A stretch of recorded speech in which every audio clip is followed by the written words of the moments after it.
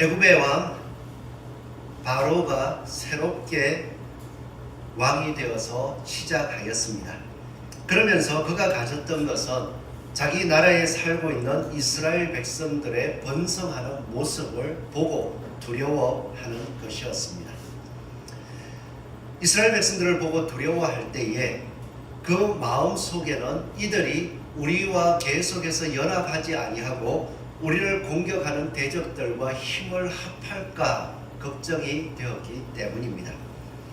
이러한 두려움 또한 하나님을 알지 못하기에 일어나는 일이다라고 생각할 수 있는데요. 왜 그런가 하면 이 하나님께서 이스라엘 백성들에게 복 주셨을 때에 애굽 왕이 처음에 두려움을 가지고 산파들에게 이야기하기를 남자아이가 태어나면 그 남자아이를 죽여라 라고 이야기를 했습니다. 그런데 산파가 왕의 명령을 두려워하지 않고 하나님을 더 두려워하여서 남자아이를 다 살렸습니다. 그러고 났더니 하나님께서 그 산파에게 복 주시는 모습이 성경에 기록되었잖아요. 그렇다면 두려운 마음보다도 산파에게 복 주시는 하나님을 보면서 하나님께서 복 주시는 분이구나 하는 것을 깨닫고 하나님을 경외하고 하나님을 두려워하고 도리어 하나님을 바라보았다면 애굽 나라는 이스라엘 백성들과 함께 더 복된 가운데 아름다운 이별을 할 수도 있었을 것입니다. 그런데 애굽 왕 바로는 이스라엘을 두려워하였습니다. 그리고는 이스라엘을 두려워하여서 산파를 통해서도 남자아이가 죽어지지 않자 이제는 너희들이 직접 남자아이가 태어나면 나일강에 갖다 버려라 라고 명령을 내리게 됩니다. 이 명령을 받은 이스라엘 백성들의 모습을 생각해 보면요, 이 너무나도 황당한 일이죠. 지금까지 애굽에서 잘 살았고 평안하게 살았고 하나님께서 번성하게 해주심을 따라 숫자가 많아졌는데 어느 날 왕이 바뀌어가지고는 말하는 것이 처음에는 산파를 통하여 남자아이를 죽이려 하더니 이제는 남자아이가 태어나면 그 부모가 직접 버려라 라고 이야기를 하니 얼마나 놀랍겠습니까? 마음이 두려움도 쌓이고 이게 무슨 일인가 싶어서 진짜 생각을 어떻게 정리할 수가 없는 혼란한 상황이었습니다. 이런 모습을 생각할 때에 이 난관을 뚫어나간 사람들이 누구냐라고 할 때에 오늘 본문에 나오는 레위 가족 중 한 사람이 가서 레위 여자에게 장가 들었다. 바로 레위 가족 중 한 사람, 결혼한 그 한 사람을 통하여서 이 난관을 뚫어가는 모습을 보여주고 있는데요. 이 어려움을 뚫어갈 수 있었던 방법은 바로 생명을 위한 아름다운 헌신을 통하여서 이루어지더라는 것입니다. 오늘 바로 왕이 이스라엘 백성들의 남자아이를 다 나일강에 버려라 라고 이야기했을 때 이 모세가 태어나기 전에 그 명령이 떨어졌을 때 임신한 여인들이 몇 명이나 되었을까 궁금증이 괜히 생겼어요. 그래서 대충 계산을 해봤습니다. 출애굽이 일어나기 전 80년 전입니다. 왜냐하면 모세가 80세 때에 출애굽을 했으니까요. 80년 전, 80년이 지나서 약 200만 명의 인구였다라고 이야기를 한다면 한 80년 전이라면 100만 명 정도로 추정을 한다 하더라고요. 한 100만 명 정도 되고, 그리고 가임 여성이 인구의 20에서 30%일 것이고, 또 임신한 여인, 그 당시에 가임 여성이 임신한 여인으로서는 한 5에서 10% 정도로 계산할 수 있다. 그렇게 본다면 약 태어나야 될 아기들, 그 명령이 떨어졌을 때 태어나야 할 아기들은 10,000에서 30,000명 사이가 될 것이다. 그렇게 추정을 하더라고요. 그럴듯합니다. 그리고 저는 혼자 생각해 보기를 이 바로가 명령을 내렸던 순간 결혼은 했지만 아직 아이를 가지지 않은 가정에서는 그 명령이 떨어졌으니까 아이를 임신하지 않으려고 애를 썼을 것 같아요. 그러다 보면 숫자는 조금 더 줄어들 수 있겠죠. 그리할지라도 하나님께서 복 주신 그 민족들이 약 10,000명 이상의 아기를 뱃속에 가지고 있었는데 바로가 명령하기를 그 아이가 태어나서 남자아이여든 죽여라, 나일강에 던져버려라 라고 했을 때에 얼마나 두려움이 많이 생겼을 것이며, 또한 그 가족들과 그 친족들은 얼마나 아이가 태어날 때 마음 졸이고 두려움 속에 살아갔겠습니까? 그런 가운데에 레위 가족 중 한 사람이 레위 여자에게 장가 들었다라고 이야기합니다. 그러면서 그 여자가 임신하여 아들을 낳았다. 이 명령이 떨어지고 나서 결혼하여서 아이를 낳았다. 우리는 이 말씀을 보면 그렇게 이해할 수 있는데, 나중에 이 모세 가족의 족보들을 쭉 살펴보면 모세 위에 누나가 있습니다. 모세 위에 누나는 미리암이라고 하는데요, 오늘 읽은 본문 말씀 가운데서도 이 7절에 보면 그의 누이가 바로의 딸에게 이르되라고 이야기를 했잖아요. 그러니까 모세가 갓 태어났을 때 그의 누이가 있었습니다. 누나 미리암이에요. 이 누나가 바로의 공주가 목욕하는 자리에 가서 지켜보다가 이야기하려고 하면 그 나이가 최소한 한 10살 정도, 조금 더 어리게 잡을 수도 있고 약간 위로 잡을 수 있지만 10살 정도가 되었을 것이다. 그리고 모세의 형이 또 한 사람 있습니다. 잘 아시죠? 아론입니다. 아론은 나중에 80세 때에 모세가 하나님의 사명을 받고 이스라엘 백성들을 건지려고 할 때에 83세였더라라고 이야기를 하니까 3살 위입니다.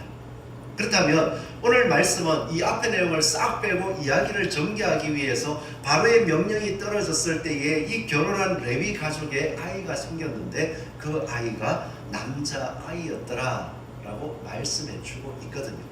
그리고 그 아이가 태어났을 때 이 부모는 무엇을 보았냐 하면 그가 잘생긴 것을 보고 석 달 동안 그를 숨겼다.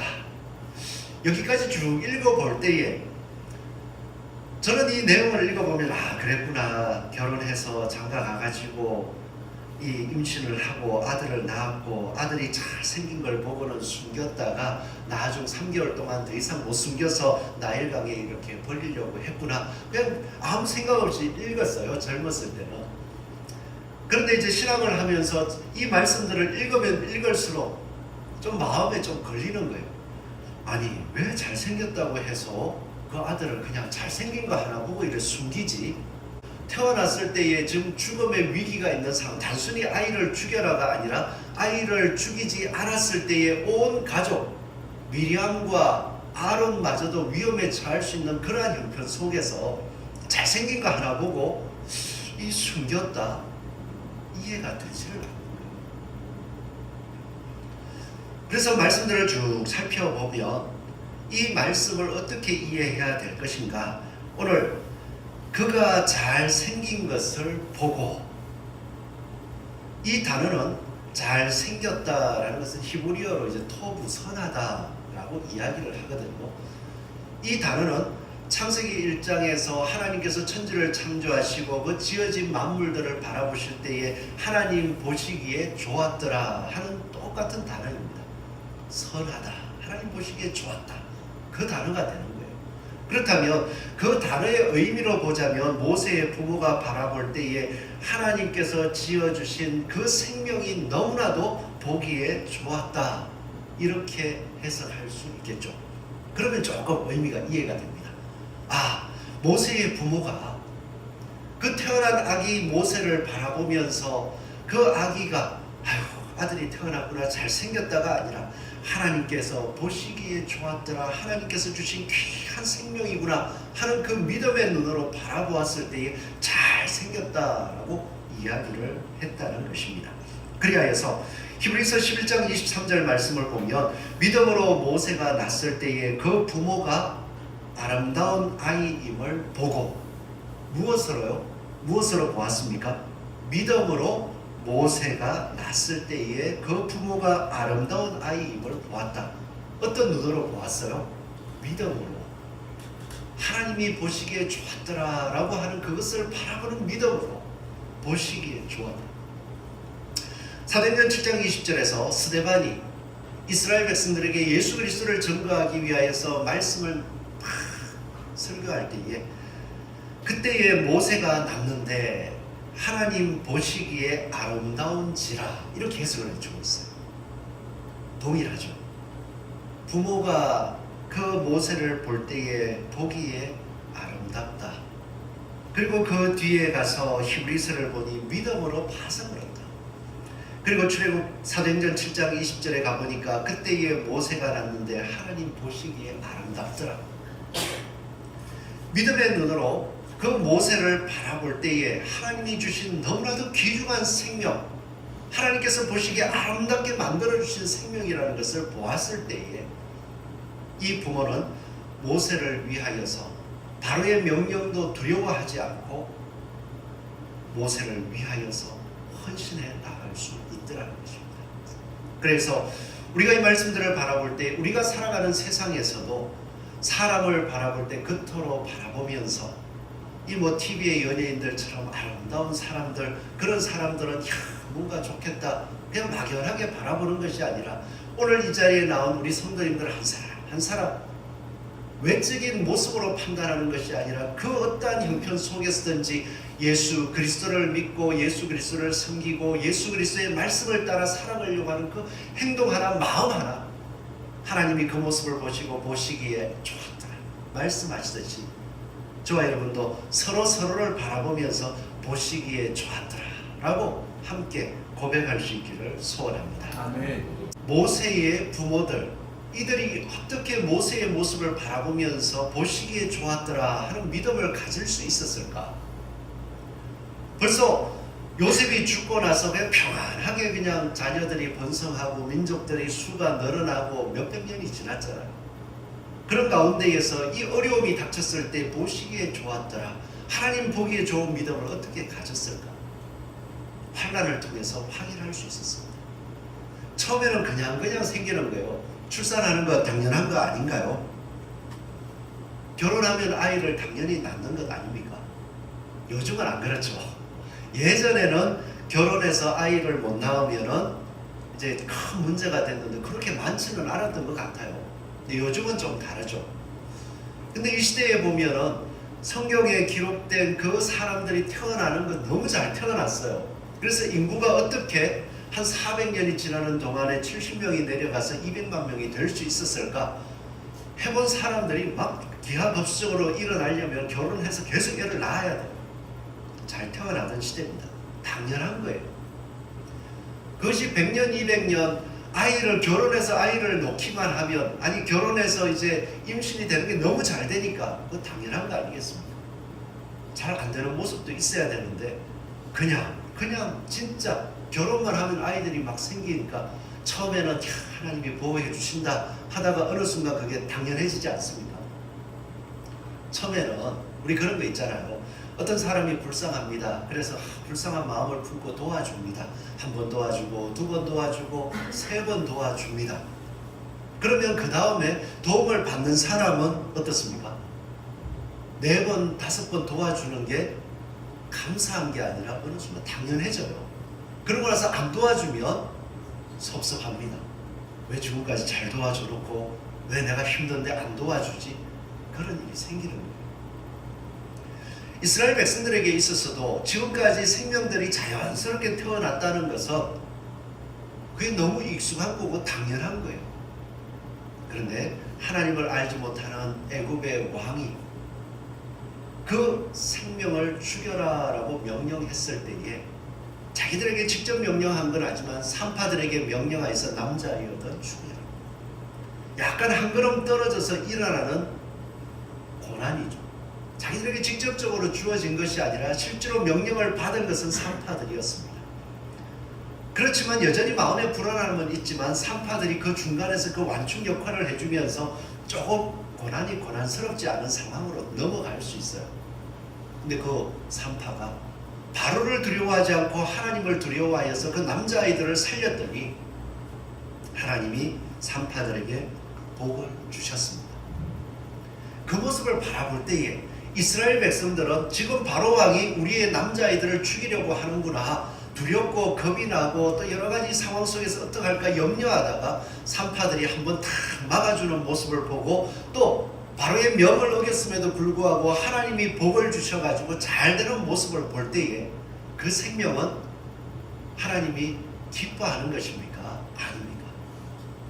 하나님이 그 생명 살리는 걸 기뻐하시는 것이요, 이 생명은 하나님이 주신 것이라는 믿음을 가질 수 있잖아요.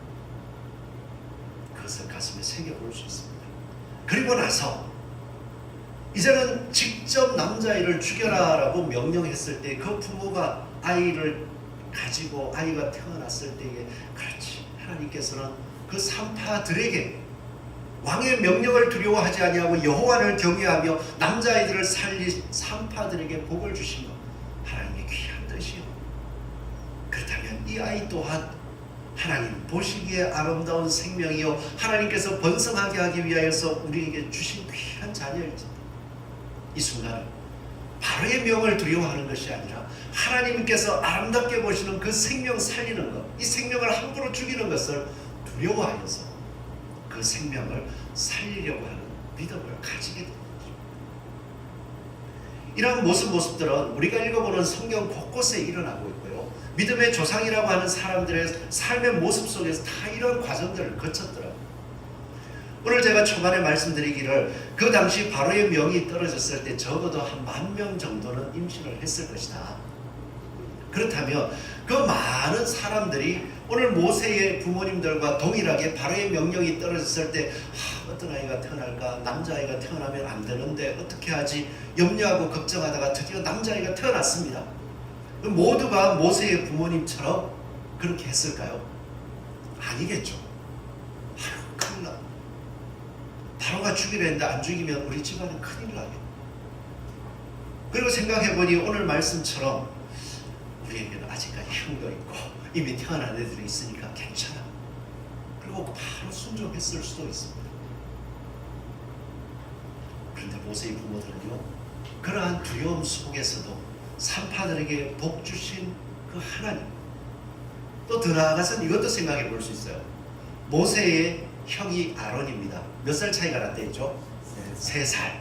그렇다면 산파가 남자아이여든 죽이라라고 명령했을 때에 이 아론이 그때 태어날 수 있지 않을까라고 혼자서 추측을 한번 해봤어요. 그럴 수도 있고 아닐 수도 있습니다. 그러나 이러한 과정들 속에서 모세의 부모들은요, 일어나는 고난이 아니라 하나님께서 생명을 잉태하게 하시고 그 생명이 태어나서 생명을 보호하시는 것을 기뻐하신다라는 확실한 믿음의 모습을 그 삶 속에서 바라보고 가지고 있다는 거예요. 저와 여러분들, 예수 그리스도 믿는 게 쉽지 않습니다. 예수 그리스도를 주로 고백하고 예수 그리스도를 따르면서 각자의 처한 형편 속에서 이 주일에 하나님 앞에 나와 예배드리고 그 말씀 듣고 집에 가서 그 말씀대로 살아보려고 하다가 안 되니까 내가 죄인입니다. 하나님 앞에서 제가 죄인입니다. 하나님 용서해 주십시오. 그리고 하나님 말씀대로 살 수 있도록 하나님 좀 도와주십시오. 이렇게 기도하며 사는 거 쉬운 게 아니에요. 세상 사람들이 그 모습을 보면 뭐라고 하겠습니까? 세상적으로 바라볼 때 나쁜 짓을 하는 것도 아니에요. 그런데 살면서 참 맨날 자기 보고 죄인이래. 왜 그런가 하니까 나쁘게 사는 것도 아닌데 하나님 말씀을 더 지키고 싶고 하나님 말씀대로 살고 싶은데 그 말씀대로 사라지지 아니하는 것을 보고 하나님 제가 죄인입니다. 이런 세상 사람들이 뭐라 하겠습니까? 좀 심하게 얘기하면 하나님을 알지 못하는 바로처럼 미쳤다. 그렇게 얘기 안 하겠어요. 너무 지나치다. 광신이 아니냐. 막 그렇게 이야기할 거예요. 그럼에도 불구하고 오늘 이 자리에 다 나오셔가지고 예수 그리스도를 주로 고백하고 오늘 이렇게 험난한 고난이 와도 그 속에서 생명을 사랑하시는 하나님의 그 마음을 알고 우리 생명을 사랑하고 또한 예수 믿는 사람들 한 사람 사랑합시다. 이렇게 이야기하며 아멘, 아멘 하면서 받아주는 모습, 그런 모습을 하나님이 얼마나 기뻐하겠습니까? 오늘 모세의 어머니는요, 그리고 모세의 아버지, 모세가 태어났을 때의 그 모습이 너무나도 잘생겼다, 하나님 보시기에 좋았다, 하나님께서는 이 생명을 살리시기를 기뻐하는 것을 믿음으로 바라보고 그 그들을 위하여서 헌신하기를 다짐하였습니다. 이 모든 일은 생명을 보았을 때만 가능한 거예요. 그래서 예수님께서는 이 땅에 오셨을 때에 그 사도 요한이 이렇게 말씀했습니다. 예수님 안에 생명이 있었으니 이 생명은 사람들의 빛이라. 예수 그리스도를 믿었을 때의 그 삶 속에, 그 마음 속에 성령으로 말미암아서 영원한 생명이 주어진 그 빛을 보았다. 오늘 이 자리에 앉아서 예수 그리스도를 주로 고백한 사람들, 여러분들의 마음 속에 바로 예수님께서 보여주신 생명의 빛이 심어져 있는 줄, 빛나고 있는 줄을 믿습니다. 아멘. 이제는 그 빛을 어떻게 가꾸어 갈 수 있을까요? 그것은요, 하나님 나에게 복 주셨구나, 이것이 아니라 고난 속에서 다른 생명들, 약한 생명들을 위하여 헌신할 때에 그 믿음이 더 풍성해지고 하나님의 구원의 역사를 더 크게 경험할 수 있게 되더라고요. 오늘 모세의 부모님들의 모습을 보면, 모세를 보면서 잘생긴 것을 보았습니다. 믿음의 눈으로 보았어요. 그리고 나서 무엇을 합니까? 최선의 헌신, 자신들이 할 수 있는 최선의 헌신을 감당하더라고요. 자, 보십시오. 그가 잘생긴 것을 보고 석 달 동안 그를 숨겼으나, 이 석 달이 행복하겠습니까? 믿음의 눈으로 그 아이를 살리기로 작정하고 숨기기 시작합니다. 태어난 순간부터 마음이 어떨까요? 두근두근. 바깥에서 누가 문소리만 쿵쿵 나도 그냥 마음이 그냥 쫄아들고, 그 애가 그래도 뭔가 해서 울고 울음이 작긴 해도 우리한테는 그 당사자들에게 얼마나 크게 들리겠어요. 애가 울기만 하면 마음이 쪼그라들어가지고 어떻게든 안 울게 하려고 3개월, 90일이라고 하지만 그 90일이 얼마나 힘들었겠습니까? 그럼에도 불구하고 그들을 숨기기로 했습니다. 할 수 있는 최선을 다합니다. 그리고 그 속에서는요, 아이가 드러나지 않아야 된다는 두려움도 있지만 걸리면 어떻게 돼요? 그래서 바로왕이 어떻게 할지 몰라서 애도 죽이라는 판에, 그러면은 자기 부모된 자기들만 아니고 미리암과 아론까지도 어떻게 될지 모르는 거예요. 그럼에도 불구하고 그 두려움 속에서 하나님은 생명 살리기를 기뻐하죠. 우리가 이 생명을 살리기로 나아갈 때에 하나님은 우리 가족에게 구원을 해주시, 역사해 주실 거예요.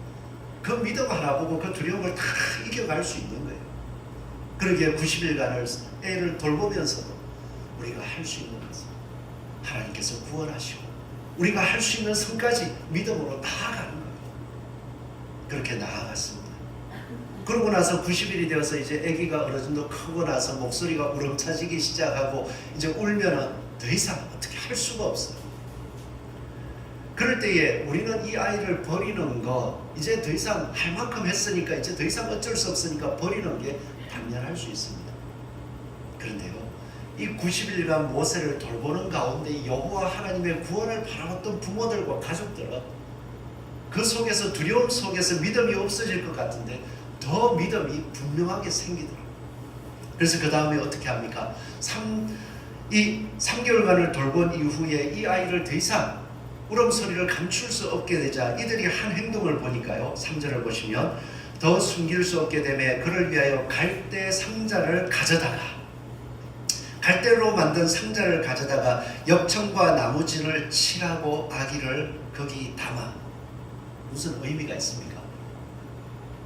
갈대 상자에 방수공사를 해서 거기 아기를 담아서 또 내려보낸들 뭐 특별한 게 있습니까? 그래도 죽잖아요. 그런데 여기에서 갈대 상자라고 하는 것, 이것도 히브리어를 봐야 의미가 좀 살아나는데요. 이 갈대 상자라고 하는 것은 창세기에 나오는 노아 방주, 노아가 방주를 만들었다 하는 그 방주와 단어가 똑같습니다. 그렇다면 이들은 3개월 동안 모세를 돌보는 그 삶이 노아가 방주를 짓는 것과 같이 하나님의 말씀에 순종하는 순간이요, 이제 우리의 힘으로 모든 것을 할 수 있는 모든 것을 하고 이제 더 이상 어쩔 수 없을 때 그 방주를 만들어서 모세를 담아가지고 내어 놓으려고 하는 것 또한 믿음의 눈으로서 하나님께서 이 방주를 통하여 구원하셨듯이 이 모세를 구원하여 주실 줄 믿습니다. 끊임없이 믿음으로 나아가더라. 그리고 나서 방주를 담아가지고 그것도 최선입니다. 믿음으로 갈대 상자를 만들어서 방수 공사를 해서 모세를 탁 넣고 그 뚜껑을 닫습니다. 그러면 그 이상 이제 나일강에 띄워가지고 저 멀리 흘러 어디로 갈까? 그게 일반적인 생각이잖아요. 그런데 이 부모들은 그 구원의 방주를 만들고 나서 그냥 하나님 알아서 하세요 한 것이 아니라 왕족들이 귀족들이 목욕을 하는 나일 강가, 왕족들이 목욕하는 강가 갈대 사이에 잘 보이는 곳에 놓아두었다. 의미 없는 행동 같지 않습니까? 지금 바로 왕이 죽이려 했는데 거기다 놓아둔들 하나님의 구원을 바라보면서 저거는 있을 수 없을 것 같은데 믿음의 눈으로 바라볼 때에 하나님의 구원을 바라볼 때에 그 행동을 할 수 있더라고요. 그리고 놓아둡니다. 이제 알아서 되겠지. 아니더라고요. 또 딸을 미리암을 보내가지고 어떻게 되는지 봐라. 미리암도 3개월 동안에 그 모세를 돌보는 그 조마조마한 순간들을 가지고서 하나님을 향한 믿음이 안 생겼다. 그 어린 마음에 안 생겼다면 가라 하면 그 밤에 가겠어요. 그리고 그 뒤에 바로의 공주가 그 갈대 상자를 보고 뚜껑을 열어서 우는 아이를 보고 불쌍히 여기는 마음을 가질 때 쫓아가가지고 그 이야기를 하겠어요. 동일한 믿음을 가지고 그것을 지켜보기 시작합니다. 어떻게 될까? 하나님이 어떻게 구원하실까? 그러자 어느 순간 바로의 공주가 와서 목욕을 하다가 시녀들은 그 주변에서 잠깐 거닐고 있고 갈대 상자를 보았습니다. 그거 가져와 봐라. 그리고 뚜껑을 열어서 보았더니 잘생긴 아이가 있는데 울기 시작했어요. 그 모습을 보고 불쌍히 여긴. 그러므로 말미암아 모세는 살아날 수 있게 되었습니다. 그래서 이 일련의 과정들을 한번 살펴본다면 믿음으로 최상의 헌신을 한다는 것이 무엇입니까? 없는 것을 만들어 드리라는 것이 아니고 그리고 할 수 없는 것을 하는 것이 믿음이라 하는 것이 아니고 지금 그 자리에서 바로가 남자아이여든 죽이라 명령했을 때에 그 명령보다 여호와 하나님의 생명을 사랑하시는 하나님을 두려워하면서 내가 할 수 있는 것, 아이가 태어났으니 3개월간은 어떻게든 내가 볼 수 있을 거야. 하나님이 귀히 여기시는 그 생명을 내가 지킬 거야. 그리고 3개월이 지났을 때에 그 3개월 동안의 두려움 속에서도 여호와 하나님을 바라보는 믿음, 노아가 방주를 짓고 그 방주로서 구원받았던 그 말씀들을 되새길 수 있고 그 상황 속에서 하나님의 구원의 역사들을 되새겨보면서 하나님이 구원하십니다. 이제 더 이상 어쩔 수 없이 강에 던져야 되는데 어떻게 하지? 방주를 만들고 이제 하나님께서 역사하여 주시옵소서. 기도하고 나아갔을 때 하나님께서는 그 최선의 헌신을 통하여서 역사하시더라는 것입니다. 저와 여러분들의 삶 속에서 하나님 앞에 더 많은 것 드리고 싶고 그런 마음이 있을 수 있습니다. 그렇지만 오늘 말씀을 볼 때 하나님께서는요, 여러분의 그 형편을 하나님께서 허락하시고 하나님께서 여러분들을 그곳에 놓아두셨다는 것을 믿으시기 바랍니다. 그러고 나서 기대하는 게 뭐예요? 그곳에서 하나님이 기뻐하시는 뜻을 깨닫고 네가 드릴 수 있는 최선의 것을 드릴 때에 내가 그 일을 통하여서 내가 역사하게 그것을 믿으시고 최선의 헌신을 드릴 수 있는 저와 여러분 되시기를 소원합니다. 아멘. 그렇게 드렸을 때에 하나님의 놀라운 역사가 나타났습니다. 오늘 말씀을 볼 때에 6절 말씀을 보시면요, 바로의 딸이 나일 강가에서 갈대 상자를 보고 그 상자를 여니 아이가 우는지라 그가 바로의 딸이 모세를 어떻게 했습니까? 불쌍히 여겨. 그냥 일어난 것 같죠. 그냥 봤더니 아이가 우니까 아이고 어떻게 당연히 불쌍한 것 같죠. 그런데 그 상황을 생각해 보면 바로의 딸이었으니까 아버지가 지금 이스라엘 백성들의 남자아이를 다 죽이라고 명령을 내려놨는데 아이가 운다고 불쌍히 여기면서 그 아이를 살리려고 하는 마음을 가진다는 것도 어떻게 보면 좀 이상하지 않나요? 불쌍히 여겨. 여기에 바로 하나님의 동행하심과 하나님의 은혜가 보여지는 것입니다. 우린 창세기를 보면서 요셉 이야기를 들었었잖아요. 요셉은 형제들에게 버림받아서 종으로 팔려갔습니다. 이제는 이스라엘 백성들 히브리인들을 천히 여기는 애굽에 팔려갔으니 무슨 소망이 있겠어요. 그런데 성경에 기록하기를 하나님이 요셉과 동행하매, 하나님이 요셉과 동행하여서 그 하는 일들마다 잘되게 해주시면서 특별히 그 주인 보디발에게 어떻게 했죠? 은혜를 입어. 그리고 하나님이 동행하심에 누명을 쓰고 감옥에 갔더니 간수장에게 은혜를 입어. 그게 하나님이 동행하시는 증거라는 거예요. 그렇다면 오늘 바로의 딸이 그 갈대 상자를 열고 모세를 바라볼 때 불쌍히 여겨, 이 단어 속에서 우리 무엇을 봅니까? 하나님이 동행하신다. 하나님이 붙들어 주시고 하나님의 구원의 역사가 있구나. 이 장면을 볼 수 있는 저와 여러분 되시기를 소원합니다. 아멘. 이렇게 최선의 헌신을 할 때에 하나님은 역사하셨습니다. 두 가지를 보여주시는데요. 그 역사하심이, 자, 불쌍히 여기는 모습, 특별히 히브리 사람의 악이로다. 아버지가 죽이라고 한 사람의 악이로다. 또 히브리 사람이라는 것은 애굽 사람이 천히 여기는 사람의 악이로구나. 그럼에도 불구하고 그의 누이가 그 모습을 보고, 불쌍히 여기는 모습 하나를 보고 달려가 가지고 딸에게 이르되 내가 가서 당신을 위하여 히브리 여인 중에서 유모를 불러다가 이 아이에게 젖을 먹이리까. 바로의 딸이 불쌍히 여기는 마음이 더 크니까 그렇게 해라. 그러면서 어떻게 합니까? 그 아기의 어머니, 모세의 어머니를 불러와가지고 다 하니까, 그래, 이 아이를 가서 키워라. 그리고 그 품상을 내가 너에게 다 주겠다.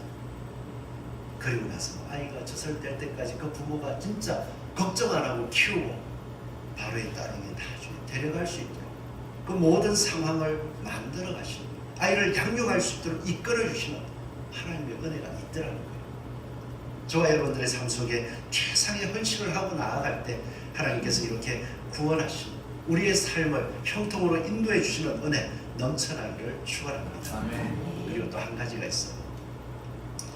모세의 부모가 하나님께서 선하게 보시는 것을 동일하게 바라보고 최상의 헌신을 드렸더니 그를 다시 돌려주셔서 양육하게 하시는 은혜뿐만 아니라 하나님의 구원의 증거를 그 모든 이스라엘 백성들에게 보여주시더라는 거예요. 모세를 바로의 딸에게 데려갔습니다. 이름을 뭐라고 했습니까? 그의 이름을 모세라 하라. 모세, 물에서 건져내었습니다. 이 아기의 이름을 모세라고 합니다. 그 모세를 부를 때마다 모세야, 모세야, 모세야, 모세. 애굽의 왕자로 살지만 부를 때마다 모세야, 모세야. 그리고 나서 이제 바로의 공주에게 묻습니다. 어머니, 제 이름이 왜 모세예요? 너 물에서 건졌기 때문에 그래요. 왜 저를 물에서 건졌어요? 옛날에 있잖아, 아버지가 너희 동족들의 남자아이 태어나면 다 죽이려 했는데 그 너희 부모가 강에다가 이렇게 방주를 만들어서 너를 놓았을 때 내가 너를 발견해서 물에서 건져낸 거예요. 내가 너희 은혜를 베풀었으니까 애굽에 충성해야 돼. 이렇게 얘기할 수 있겠죠. 근데 모세의 마음속에는 그렇구나. 다른 이스라엘 백성들로서 하나님의 은혜로서 물에서 건져짐을 받은 사람이구나. 내가 모세구나. 자기의 정체성이 무엇인지를 발견하고 잊지 않을 수 있게 된다. 그래서 우리를 누구라고 하죠? 오늘 이 자리에 온 우리들을 그리스도인, 예수 그리스도를 주로 고백하고 부활의 생명을 쫓아서 우리의 삶을 만들어가는 사람, 그리스도인이구나. 그리스도인이구나. 뭐 나쁘게 얘기해서 예수쟁이라 하면 어떻습니까? 그죠? 예수님을 따라가는 사람인데 잘 봤네. 비꼬든 어떠든 예수쟁이 잘 봤네. 그래, 나 예수님 따라가는 사람이야. 성공했다. 기뻐할 수 있지 않습니까? 우리의 정체성이 거예요. 우리가 오늘 하나님께서 보시기에 좋은 것을 쫓아가지고 그 삶 속에서 최상의 헌신을 할 때에 이와 같이 우리의 정체성을 세상에 보여줄 수 있는, 그러므로 말미암아 하나님의 구원의 역사를 증거하고 또한 구원의 역사를 이루어 갈 수 있는 저와 여러분 되시기를 축원합니다. 네. 기도하겠습니다.